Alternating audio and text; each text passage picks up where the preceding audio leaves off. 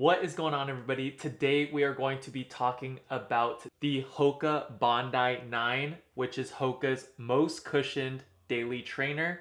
Now let's get right into it. So starting out with the traction or outsole of the HOKA Bondi, as you can see, it looks like a pretty traditional HOKA outsole. And it looks like a tried and true outsole. It doesn't look like anything crazy, and it doesn't look like they try to do too much with the outsole, which is something that I personally like when brands do. They just kept it kind of boring and simple. But this rubber on the outsole worked very well from a traction point of view. Now, I did get a chance to test this shoe in wet conditions as well as dry conditions on the road, on sand, on a little bit of trail. And I'm happy to report that I think that this outsole does perform a little bit better than average than most other outsoles on the market currently when it comes to traction performance. So I wouldn't say that it was glued to the ground or anything like that, but it did work very well on a multitude of different surfaces and conditions. So that has been my experience in the HOKA Bondi 9. Now, in regards to durability of the outsole, as I said, I do have 50 miles on this shoe, and I'm happy to report that the outsole is holding up extremely well on the Bondis. Better than I was anticipating, to be honest, because typically in the past with Hokas, I personally have had some durability issues when regarding the cushion setup of Hokas or the outsole of Hokas. I feel like they wear down a little bit quicker. Usually their outsoles are a little bit on the softer side, but with this Bondi, I felt that it was very durable, and with 50 miles on the shoe, it still seems like the outsole's holding up really well. I only see a few hot spots where maybe the rubber is worn down a little bit more than I was anticipating, but for the most part, the high wear areas as well as the majority of the outsole is still intact and looks ready to go for another, maybe 200 to 300 miles. Now, with the outsole out of the way, let's talk about the main event of the shoe, which is the cushion setup. I think that's what the Bondi is famous for. It's supposed to be their maximum cushion shoe, and boy, did they deliver with the Bondi 9. So in last year's model, I personally did not have last year's model and I didn't run in it, but I did try it on and I felt that it was a little bit firm. It didn't really feel like a max cushion shoe, and I think that shoe would be more suited for walking. I think it would be a very comfortable walking shoe because it was very stable, had a lot of EVA cushion setup, but with the Bondi 9s, the reason why I was so excited to pick up this shoe is that HOKA was using or utilizing their supercritical foam in this setup, as well as still giving us that ginormous stack height that HOKA's famous for. So how did the shoes feel on feet? They felt very comfortable. So this supercritical foam is pretty much the same. I would want to say the same as the HOKA Mach 6, which is a shoe that I personally really enjoyed. Now, the reason I enjoyed this setup in particular was that you got the max stack height of a maximum cushion shoe, but you don't really sink into the shoe and you don't feel sluggish while you're running in this shoe. So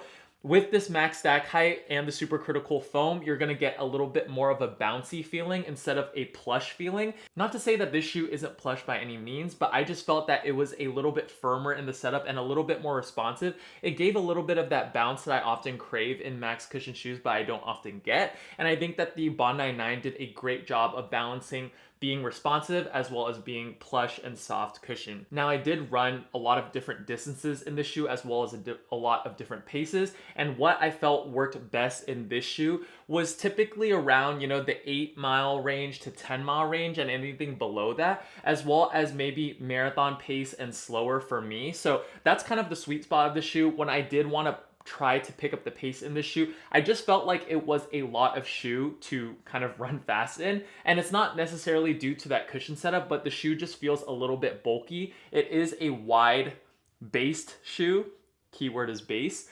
So it did feel pretty stable when it came to the stability of the cushion setup, but I just didn't feel like I could run super fast, or it's just not the best shoe to run super fast in. And I don't think that you're picking up the Bondi to run fast in. So that's just my opinion and my experience in the shoe. But when it came to slower pace runs, maybe recovery runs or a little bit longer runs, I think that this shoe did a very good job at not feeling too sluggish and not feeling too heavy when you're running, maybe running a little bit longer, and it still kept you comfortable and still gave you a little bit more response than a lot of max cushion shoes on the market give. So overall, I really enjoyed the cushion setup. I wouldn't say it's the most versatile cushion setup. I wouldn't say it's like as fast as the HOKA Mach 6, even though they use the same foam, but just because they use so much of the foam and it just is a overall bigger and heavier shoe, I personally wouldn't want to run fast runs in these or do any type of speed work in them, but chances are, if you're watching this video, you probably aren't looking at this shoe for those reasons anyway. And also, HOKA didn't design this shoe for those intended uses. So I would say for what this shoe was designed for, it does the job extremely well. And I honestly prefer this setup over a lot of other max cushion setups because, like I said, you don't get that sinking feeling and you get a little bit of pep in your step. Now moving on to the upper of the HOKA Skyflow. Now this is kind of where the shoe falls apart for me when it comes to performance. I think looks wise too, like it's hard to see on this black and white colorway. I just got a normal colorway, but the upper, in my opinion, I said it in my first run review, feels a little bit cheap. But to be honest, as I broke in the shoe, as I put more miles in the shoe, the upper did break in pretty nicely. And it still doesn't feel like the most premium setup on the upper. But again, I guess that's not really a big deal. But how it did perform, it wasn't the best performance that I've gotten from an upper, and I do want to note that this is the first time I've ever gotten a blister on my toe, and unfortunately it was in this shoe. I just feel that from a fit point of view, the Hokas run really, really narrow.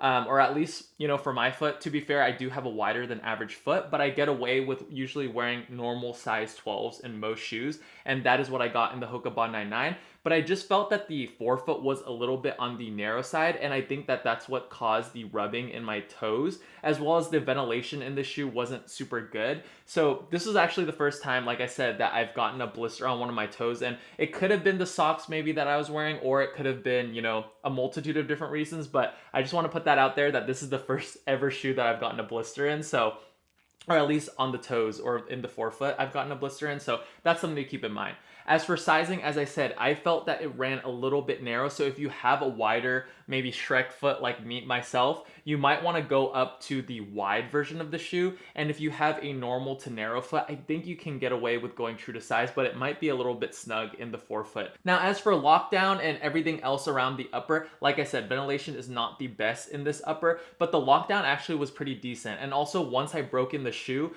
I didn't really get blisters anymore, as well as I just loosened up the forefoot a little bit more in the lace setup, and I was good to go. When it comes to the heel lockdown, I didn't have any problems with that. I did do the runner's loop, so that's something to keep in mind. And overall, I just felt that the upper was probably the worst part of the shoe, but then again, it's not the worst upper. I would say maybe for me personally, it's a little bit below average to average. So if uppers are very important to you and fit is very important to you, I would definitely recommend checking these out in person and maybe trying them on before you buy them. So overall, how did I feel about the HOKA Bondi 9? I think that it was a good shoe.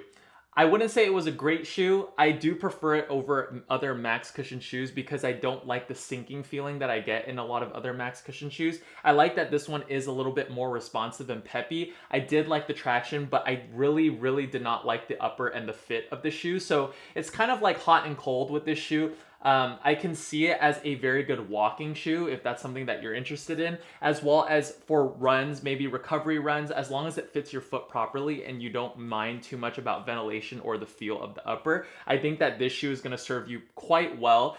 I do want to touch on the price. They did raise the price by $5 from last year's model to this year's model, and it priced at $170. I think that it's decently fair of a price for it. The shoes that compete with this shoe in my head are the New Balance More V5 and the Brooks Glycerin Max, and I know that those two come in at different price points. So the New Balance More V5 is going to be $155, and I think you can honestly find them for cheaper on other websites, and I personally like that shoe a little bit more than this shoe just because of the fit.